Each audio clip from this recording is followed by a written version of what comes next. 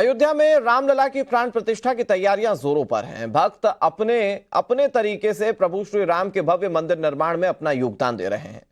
जोधपुर से 108 कलशों में भरकर 600 किलो घी अयोध्या लाया गया। इस घी का इस्तेमाल प्रभु की पूजा में किया जाएगा। इसके अलावा गुजरात के अहमदाबाद में भी राम मंदिर के ध्वजा स्तंभों का काम पूरा हो चुका है। कैसे रामलला के विराजमान होने से पहले हर राम भक्त प्रभु की भक्ति में डूबा हुआ है। अयोध्या टू अहमदाबाद हमारी एक्सक्लूसिव रिपोर्ट आप देखिए।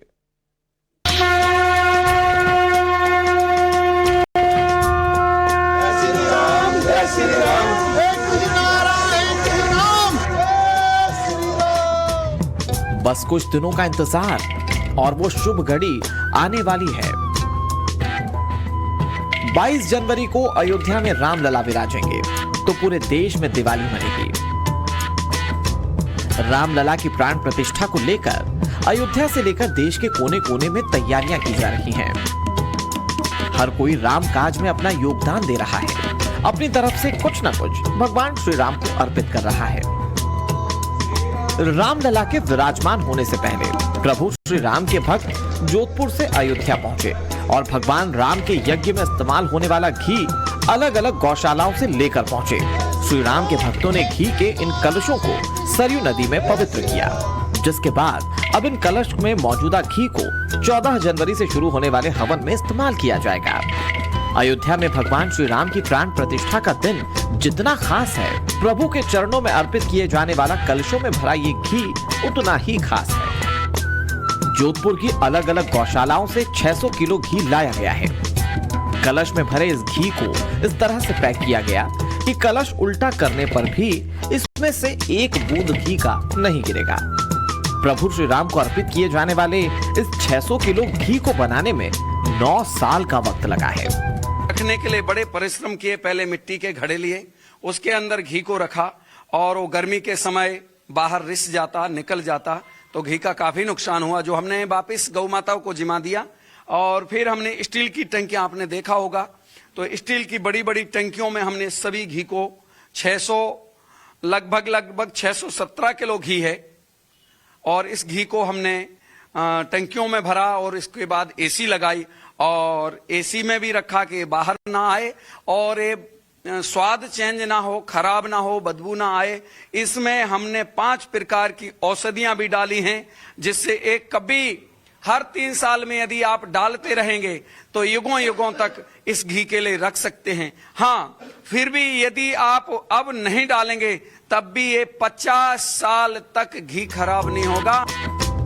श्री राम को अर्पित करने के लिए इन कलशों में घी के साथ साथ 1 रुपए का सिक्का, सुपारी और हल्दी डाल दी गई। 108 कलशों में भरकर इस घी को लाया गया। घी से पंचामृत बनेगा। भगवान श्री राम के नाम पर अखंड ज्योत जलाई जाएगी। प्रभु राम की पहली आरती करने के लिए काली कपिला गौ माता के घी का इस्तेमाल किया जाएगा। काली कपिला गौ माता पिछले 6 सालों से बिना रुके दूध दे रही हैं। पहली आरती के लिए उनका 1.5 किलो घी जोधपुर से ले जाया गया।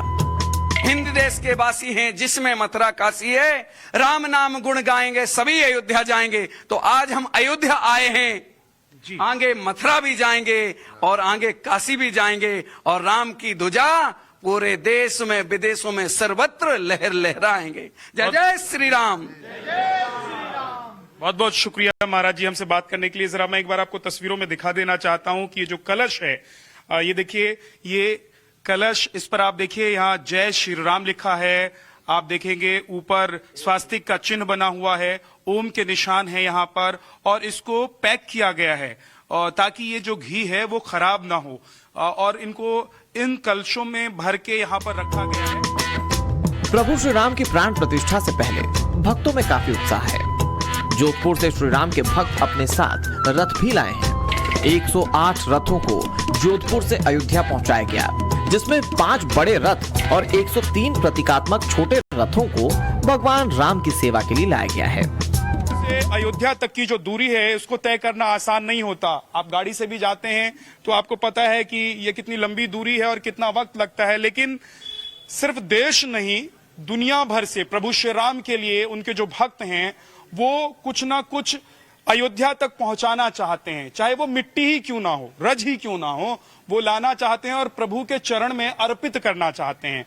और ऐसे ही जो भक्त हैं, उन्हीं भक्तों में जोधपुर से जो भक्त आए हैं यहां तक, अयोध्या तक, वो इन रथों के साथ यहां पर पहुंचे। आप देखेंगे कि गणेश जी की मूर्ति इस रथ में है, तो ध्वज भी आपको दिखाई देगा। जो लोग वहां से जोधपुर से आए हुए लोग हैं वो अपने हाथ में लेकर चल रहे हैं। जरा मैं कहूंगा पीयूष को कि पीयूष इधर भी दिखाइए। ये देखिए, ये तमाम लोग जो हैं ये जोधपुर से आए हुए हैं, जयपुर से कुछ लोग भी आए हुए हैं जो इस यात्रा में शामिल थे। प्रभु श्री राम सबके हैं, क्या इंसान क्या जानवर। इसीलिए प्राण प्रतिष्ठा से पहले 108 बैलों को भी अयोध्या ले जाया गया।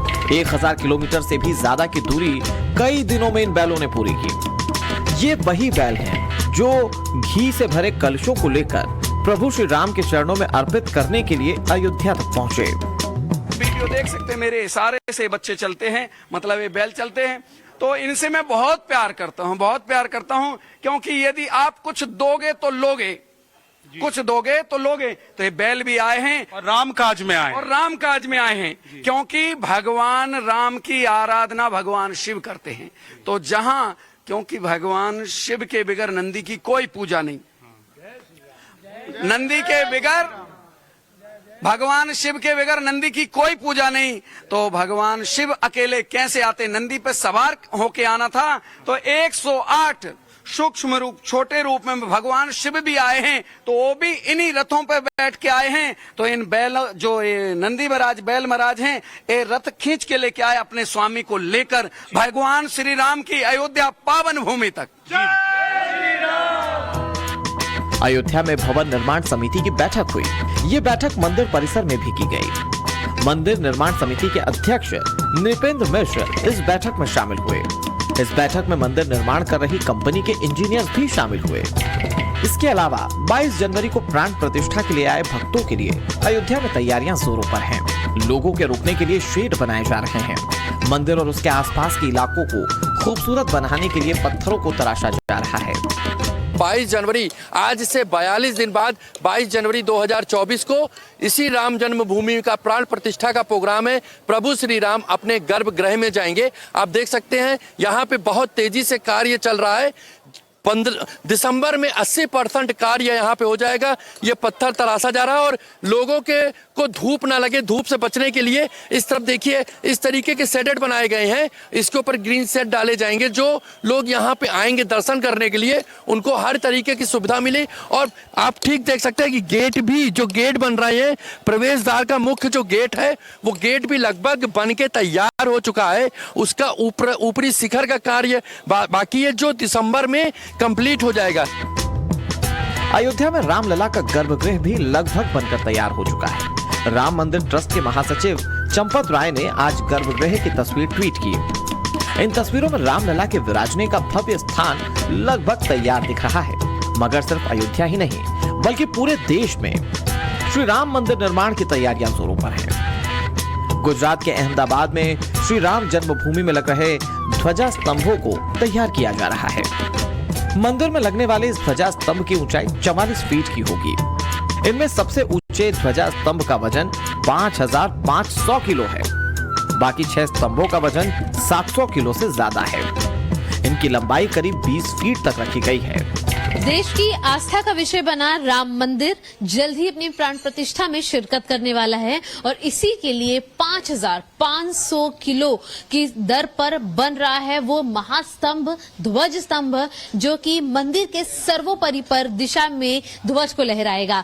आपको सीधी तस्वीरें अहमदाबाद से दिखाएंगे, जहां पर ये इस बड़े स्तंभ को दिखाएंगे प्रवीण नागावकर, जो बता रहा है कि ये 5500 किलो ब्रास से बना हुआ वो मुख्य ध्वज स्तंभ है, जो कि मंदिर के ऊपर ध्वज को लहराएगा, शिखर तक लेकर जाएगा। सीधे इसकी लागत देखेंगे आप, कितनी बड़ी और ऊंचाई तक बनी है। काफी लंबा है और इसकी ऊंचाई अगर हम आपको बताएं तो ये 44 फीट लंबा है, ऊंचा है। और खासियत यहाँ पर देखेंगे कि 6 महीने से इस पर लगातार काम किया जा रहा है। राम मंदिर में लगने वाला सबसे बड़ा ध्वज स्तंभ इतना विशाल है कि इसे घुमाने के लिए 10 से 15 लोगों की जरूरत पड़ेगी। और अगर इसे उठाना हो तो इसके लिए यहाँ पर स्पेशल क्रेन को बुलाया जाता है। इस स्तंभ